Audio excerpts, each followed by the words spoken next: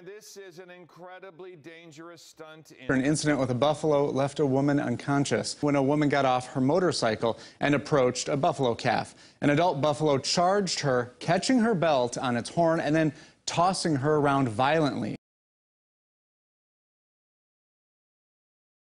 So as wildlife photographers on YouTube, there are many guys that will show you the cameras to use, the different camera systems, the difference between the megapixels and, you know, the zooms and the quality. But unfortunately, there are very few wildlife channels that will actually say what not to use, what's unacceptable. And as you can tell, you read the title of this video, iPhone 16. Now, recently got a link to an iPhone 16 kind of promo of a person doing wildlife photography in Africa. And there was some very great video photos of lions, elephants, and all this kind of stuff. It's just beautifully done. The person's very experienced, but there is an overwhelming feeling of, oh my God, this is one of the things. You know, the individual is talking about how they could set off the camera with their phone and get close. But unfortunately, in those settings, in those safaris, you're in a cage or you're on a vehicle, you're very safe.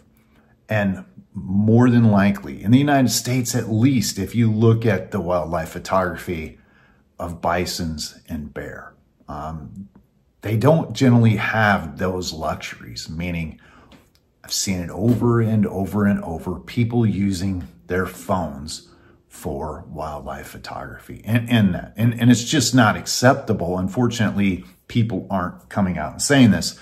So if you're new to photography, stay tuned. There's a reason why a lot of photographers use the big lens stuff, you know, these lenses that cost, or the point and shoots. Unfortunately, you know, the point and shoots are going bye-bye, but this stuff is absolutely 10 times better than the iPhone that I'm actually using this for video.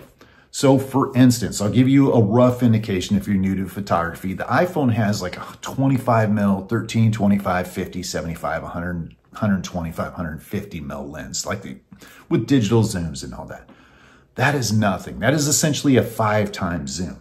This little camera here has a 65 times zoom, and it's a bridge camera. This Nikon over here has an 83 times zoom. I'll give you the indication or show you the difference between the zoom levels of this tree out and back at 5x zoom with this iPhone, and then a 65 times zoom, and then an 83 times zoom. As you can tell, it's not even nowhere near the category for appropriate for bird photography.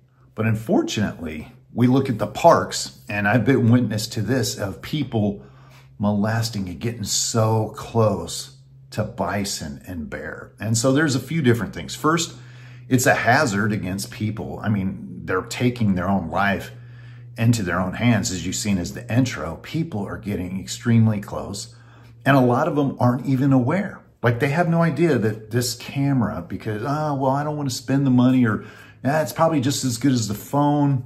They don't understand the difference. A lot of us YouTubers that do wildlife and photography, no one's told them that. No one's kind of come out and said, hey man, that is not the right tool. Now, I'm not against the iPhone. I have almost a whole channel dedicated to a whole bunch of different art that I've done with slow shutter and that. But there's a time and place for everything. And a lot of photographers won't spend $2,000 or $5,000 or $10,000 on gear because they want to, or lug around heavy gear because they want to. They do it because of safety.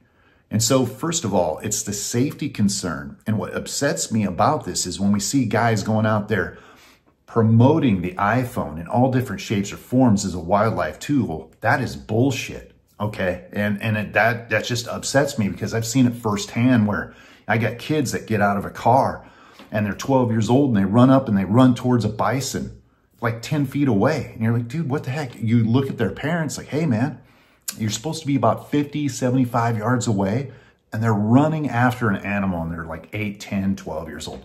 And the parents are so uneducated about wildlife. They're taking a trip, and they might be from a city. They have no idea what's going on. You know, they have no clue. Like, oh, well, when do they bring the bison in, you know, to feed them? When do they bring them into the sheds or something? Like, people have asked these questions. So it's a total cluelessness on the net on wildlife photography and wildlife in general. Second, the harm that's done with some of this stuff is when they're using a 50 mil lens or 125 mil lens is the danger to the animal. So if a grizzly attacks an animal or a person and hurts them, they'll kill the animal.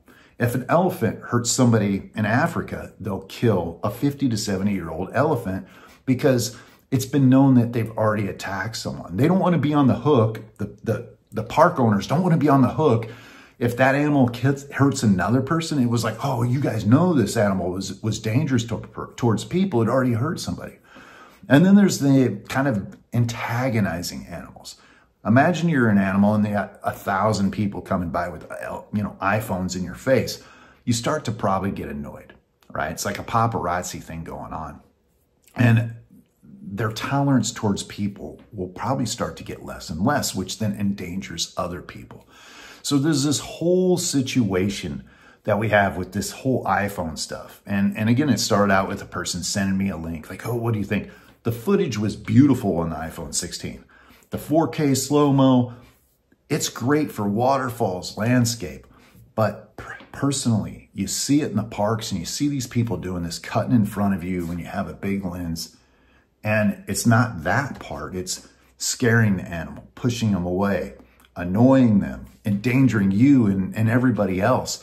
When we look at this and no one in the parks are saying anything, they just let people do what they want to do. They're up there getting in animals' faces, chasing them through the parks. And if I was if I was a cell phone manufacturer, why would I do anything different, right? Like, you don't want to say it's not the right tool for the job.